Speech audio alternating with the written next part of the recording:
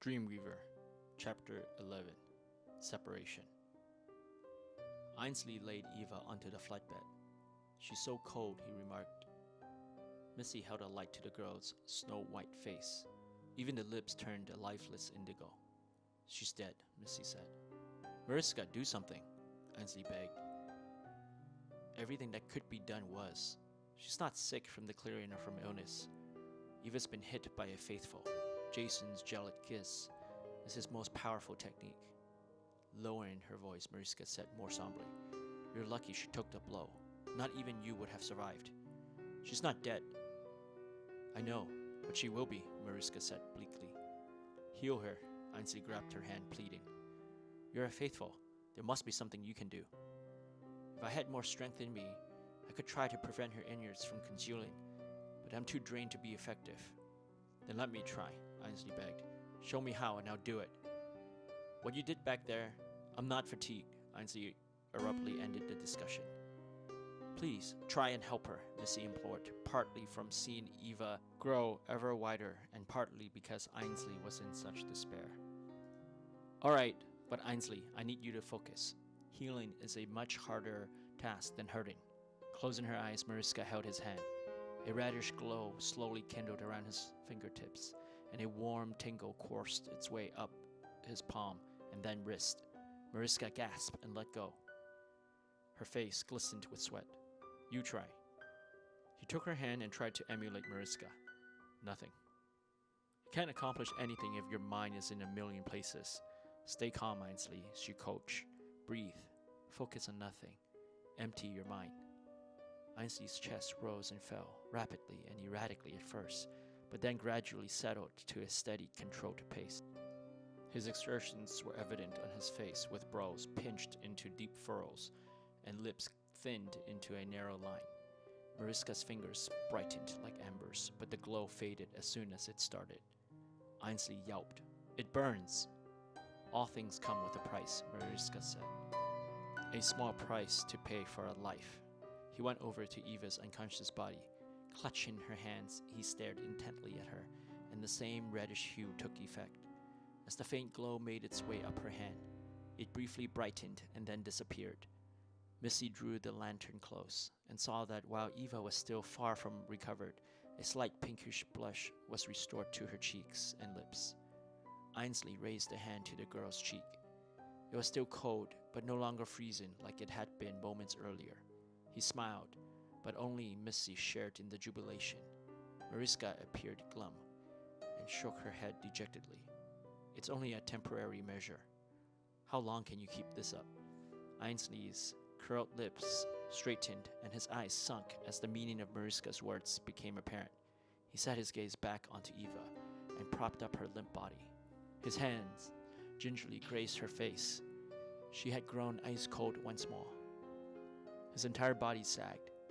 A long silence passed between them. No one wanted to say the words. Ainsley broke the quietness with his declaration. "I'll continue for as long as it takes to sustain her until we find a way." "There isn't a way," Mariska shouted. Her frustration with his stubbornness echoed into the night. "To warm her, you have to spend a great deal of energy to keep her molecules oscillating to generate heat. It would be as if you were clutching tightly to a hot iron rod. Even if you can bear the heat, you would tire. Then what?" Ainsley stared defiantly at her. "I have you. I have Missy. Who does she have?" "Eva saved me, and all that is asked of me is to persevere for her." "What type of world is it when there's no hope? Is that not what we're fighting for?" "Ains," Missy said softly, awash in tears. "Never have I met anyone who loves life more than her. That's the only thing she wants. To live and continue living," Ainsley said. "I cannot have her die on me. Not after I saved her, and certainly not after she saved me." "There is another way," Mariska said. "I've heard in the northwest there's a pearl called the Dragon's Breath that could warm an entire village with its heat. If she ingests it, it just might counter the effects of Jason's jealous kiss." But what?" Missy asked. "Northwest is still Marauder's territory. If the Dragon's Breath exists, it will most likely be in their possession." "Then I'll go," Ainsley said without hesitation. He held her gaze. Mariska sighed. There was no dissuading him.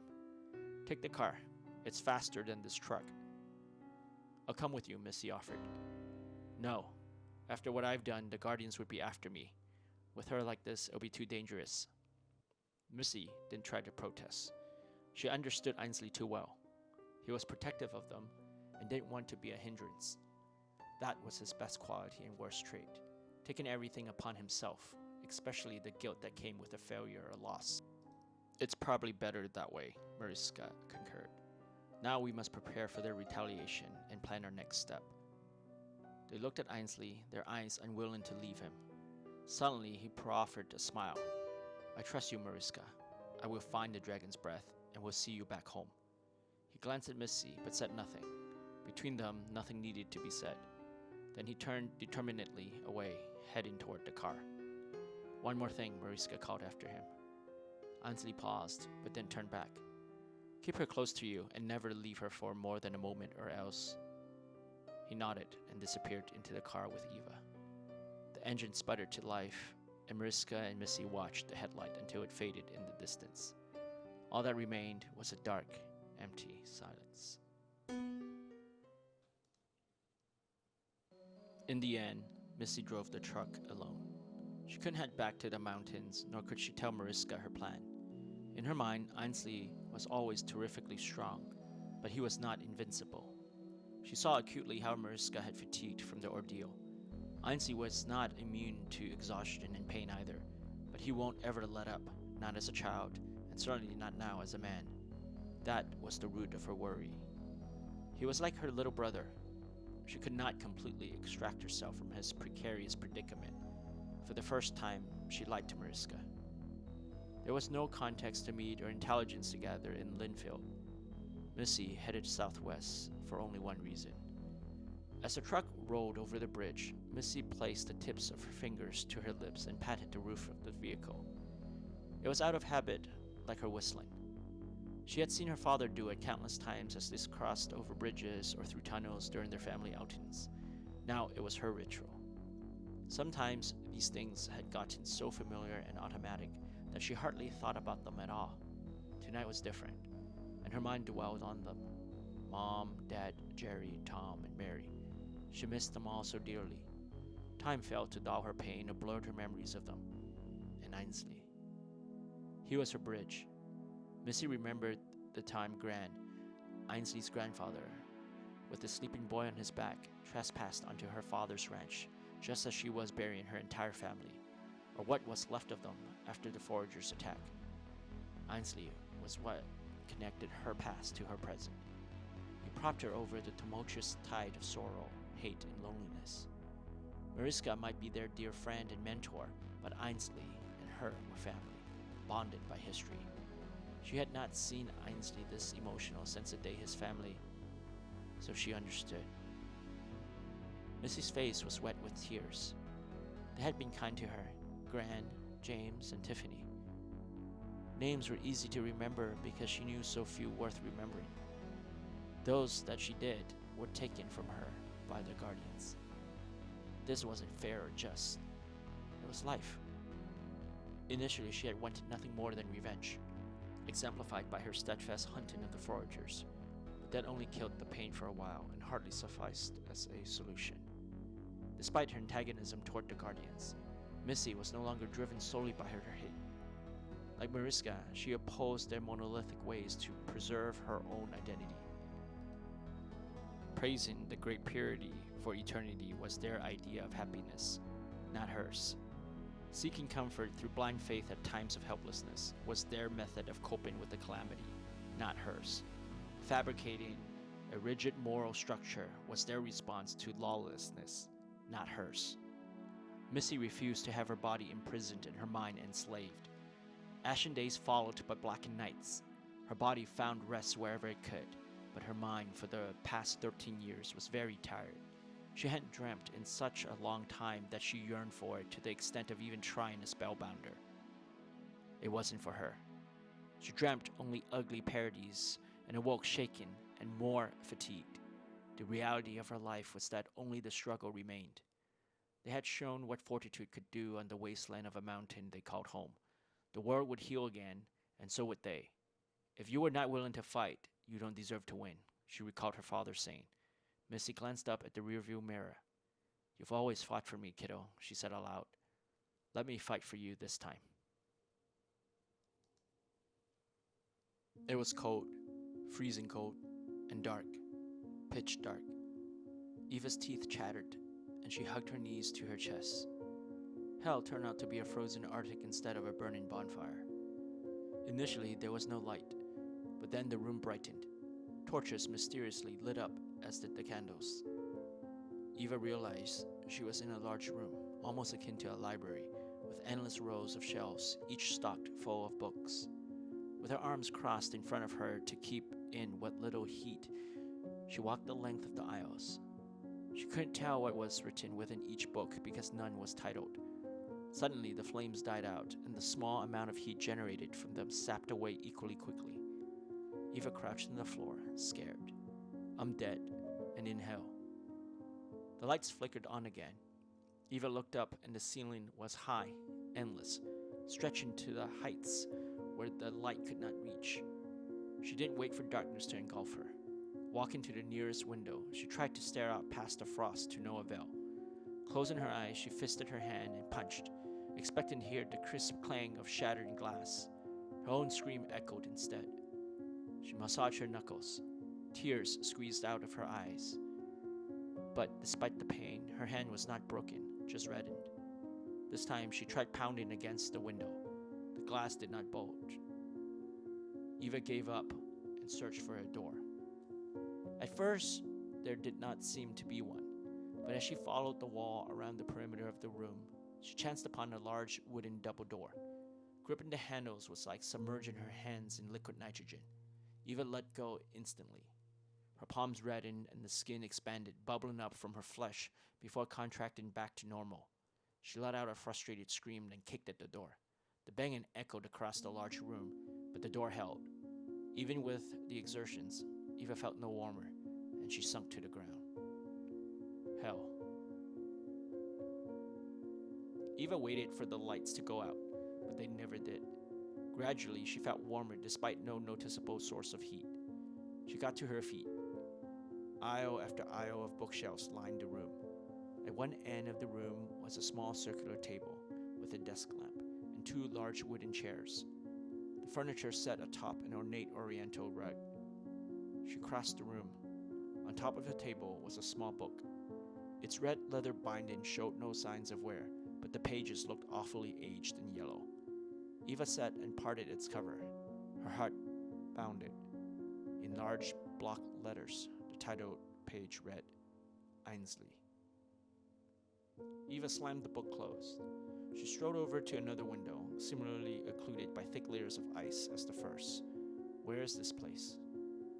It was useless. She couldn't see past the frost. She turned back, staring at the book on the table, spotlighted by the desk lamp. Is this a dream? The word dream sounded strange, foreign. If it were one, however, this was certainly a nightmare. She could have tried the old cliches of slapping and pinching herself awake, but the lights, the walls, the doors, the windows, the cold, the books, everything told her that this was very real, and her tactics would be of no use. Returning to her seat, Eva flipped the pages of the book with trepid fingers. The first page began. The world ended 2 weeks ago. Then the ashes began to fall. Clumps of gray dust fell like clusters of dirty snow. The wind was refreshing, but Mariska did not feel refreshed. She was frightened. Each time she touched upon the memories of the past week, she recoiled. Can there be another great purity? Although she had known Ainsley was special, the thought had never occurred to her before because she had never grasped the depth of Ainsley's true strength. Since rescuing him and Eva from Michael and Jason, Mariska had guided Ainsley's training and watched him develop, but in her mind he was still unpolished. The perception of him changed entirely after what transpired at the Grand Court. He was far more powerful than her. Has he been suppressing himself all along? The ability to mask one's brilliance took immense will, discipline, and maturity. Ainsley had done it naturally without help. If he had grown that strong that fast without her knowing, the next logical question was whether he could wield that power effectively. Ainsley's unfocused, violent outburst at the Grand Court told her otherwise, and she worried. There was a way to the flow, a term the Guardians used to describe the nebulous warmth that circulated through their bodies like blood. It was diffused within her. If she focused, Mariska was able to centralize and condense it. She had thought it was a gift, a vestige of her healed by the Great Purity, but Ainsley, who never met the leader of the Guardians, displayed an even greater propensity for harnessing it. The flow was magnificent, but also terrifying. At times, like during the battle with the Faithfuls, she summoned so much of it that she could hardly control it. All of her will was needed to stop it, she thought. She was drained mostly for this reason. Even now, the warm flush was especially pleasant and sent sharp electric sparks tingling off her fingertips. The feeling was too pleasant. Mariska feared the destructive force that she harbored. If, at her level, she had such urges and desire to unleash what was inside of her, then she didn't dare think how Ainsley felt with so much more power and destructive capacity. The flow was not bad, but like water, it needed proper channels and directions. Otherwise, it would carry one adrift. During her time with the Guardians, she had not seen another faithful succumb to the destructive urges, though she had felt their inner struggles. The quickening of the breath, the rapid pacing of their heart, the sudden dryness in their throat and mouth, and that inexplicably dark pleasure pulsating from their core. Mariska had experienced all of these herself, and though the urge was always there, she never wanted to dig to her core and bring whatever laid there to the surface out of fear. But could Ainsley? Can he? What would he become then? The thought itself was almost too terrifying to think. Mariska looked east and realized, not without much angst and apprehension, that she must go there, to Yale, she thought, to the Stuttering Hall's Memorial Library. She needed answers. Thanks for staying and listening until the end. Let me know what you think of the story so far in the comment section below. Don't forget to like and subscribe to get alerts on new chapters. Also, if so inclined, you can buy me coffee or preferably boba on Ko-fi. Link in the description below. Thanks for tuning in and see you next week.